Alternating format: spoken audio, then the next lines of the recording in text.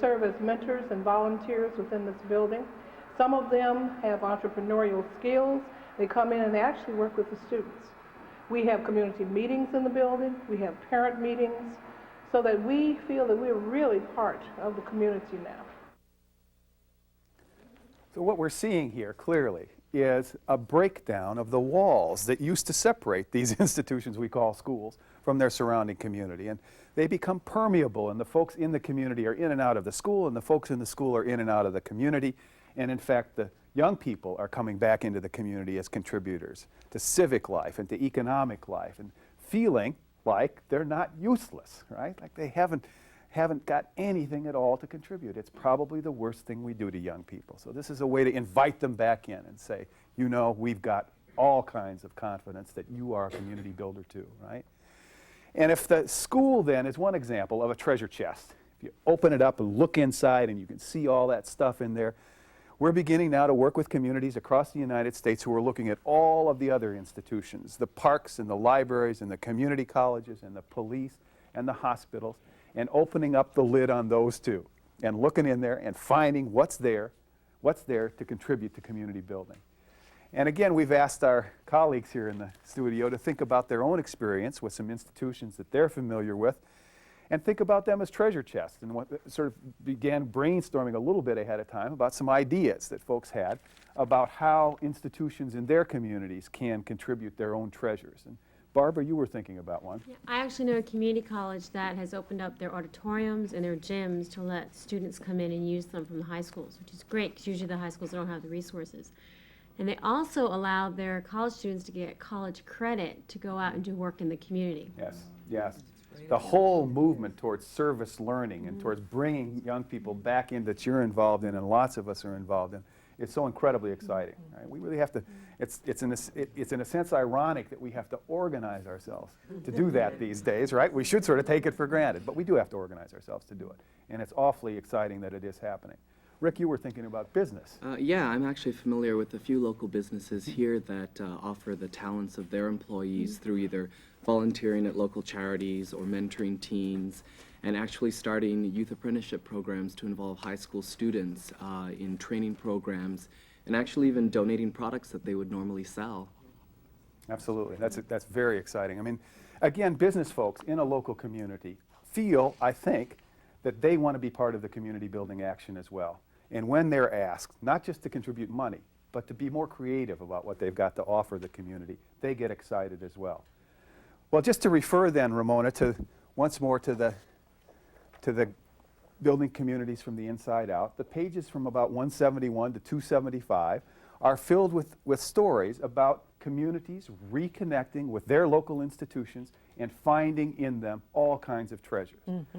And once again, I would say that as we're listening to the discussion in Washington, D.C., and as we're thinking about the ways in which our public institutions are being driven ever more by resource scarcity, and sort of thinking about our communities as being left high and dry in lots of ways, we now have no choice but to look at our institutions and to say, if you're in our community, you're going to be contributing to the community building process.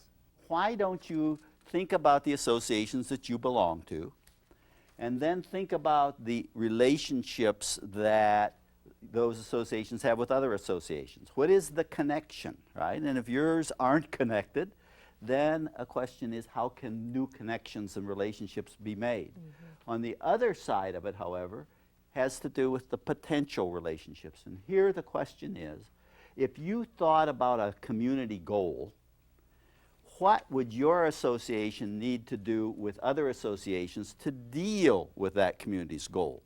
For instance, reintegrating youth into our everyday life.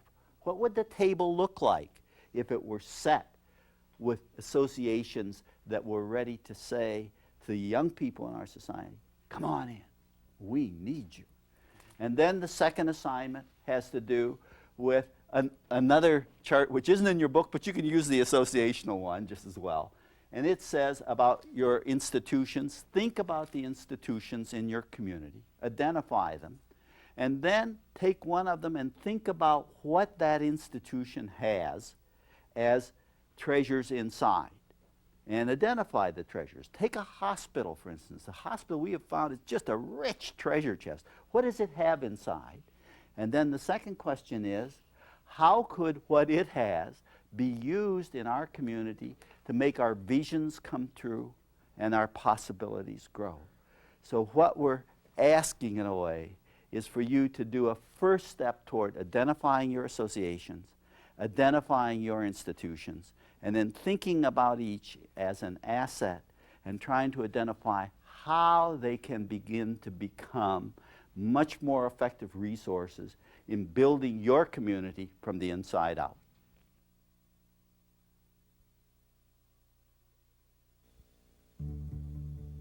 From Maine to New Mexico, Arkansas to Oregon, Civic Network Television is lighting up America. CNT, linking America's communities to each other and the future.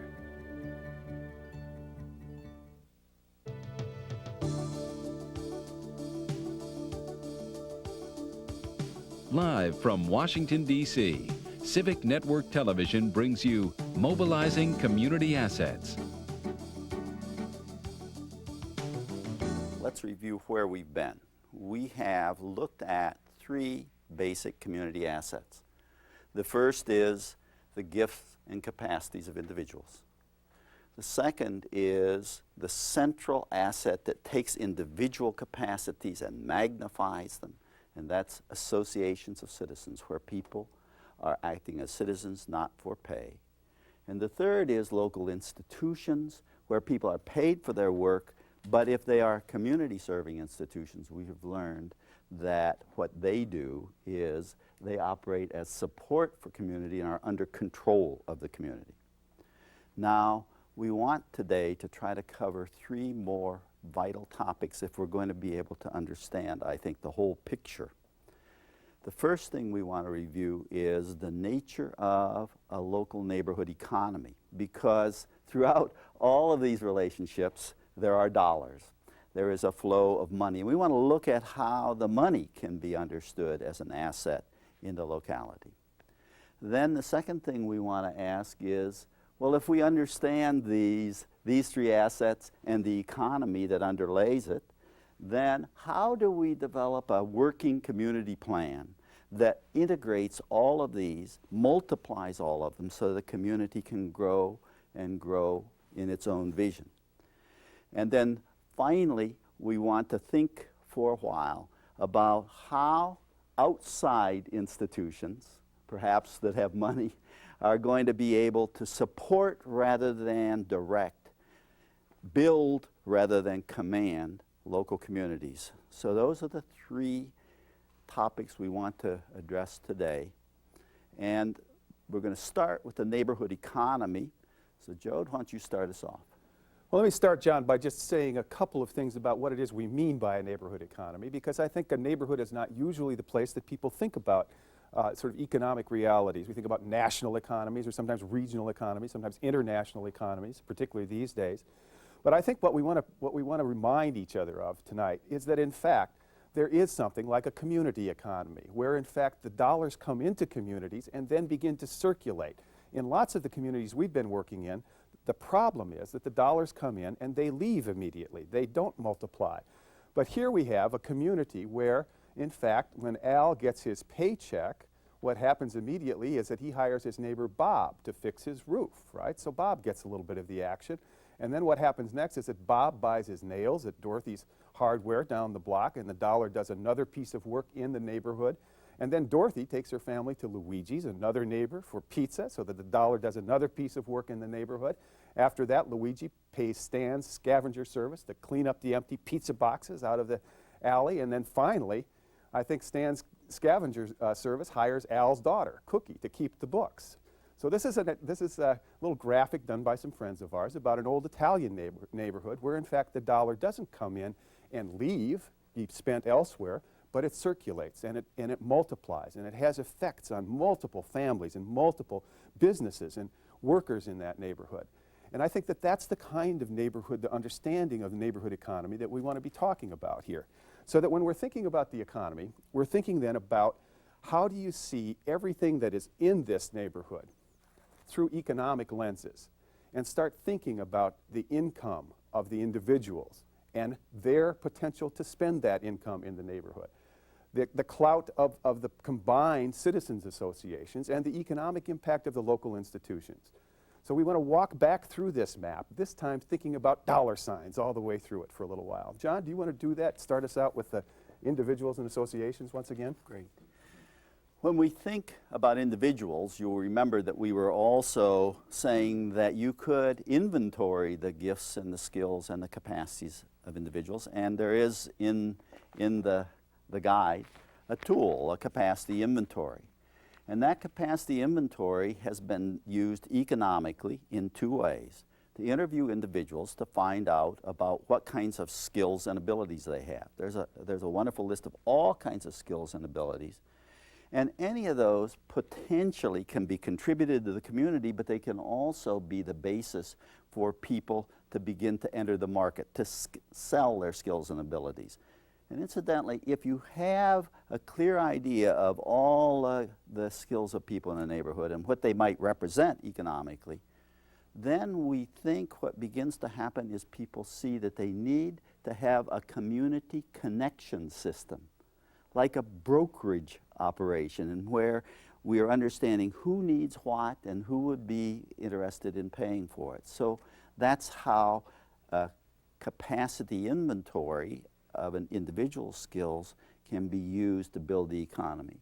Another thing that the capacity inventory demonstrates about individuals is that we can ask them about their experience or their interest in terms of enterprise. We can ask people in the neighborhood, have you ever thought of starting a business? If you have, what was it?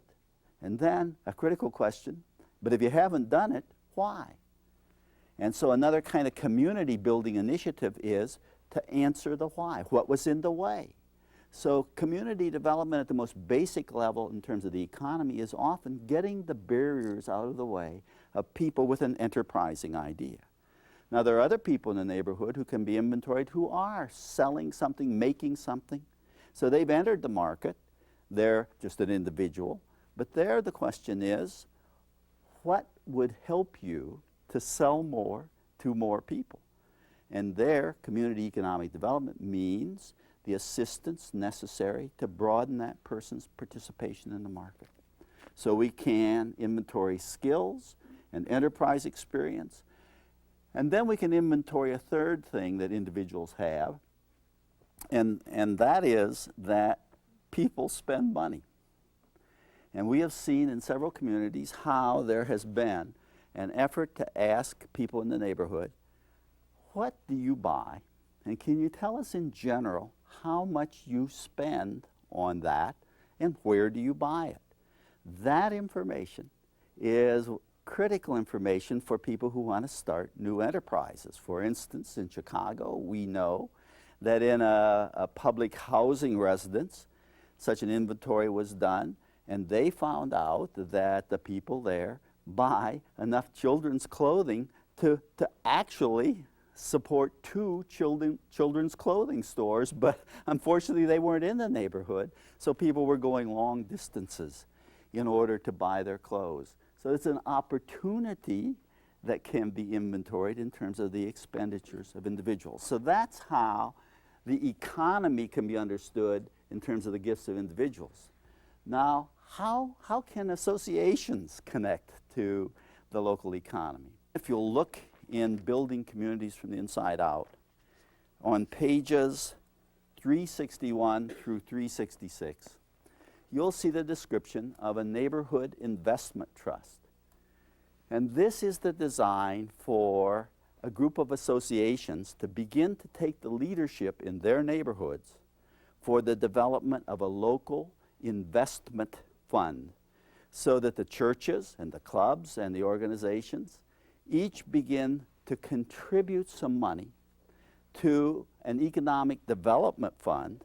And when they contribute, they sit on the board. And then they turn to the United Way, or they turn to foundations, and they say, will you invest too? And then you begin to build a pool in which people from the associations in the community are coming together and saying, now we have an investment possibility. How should we invest our resources to build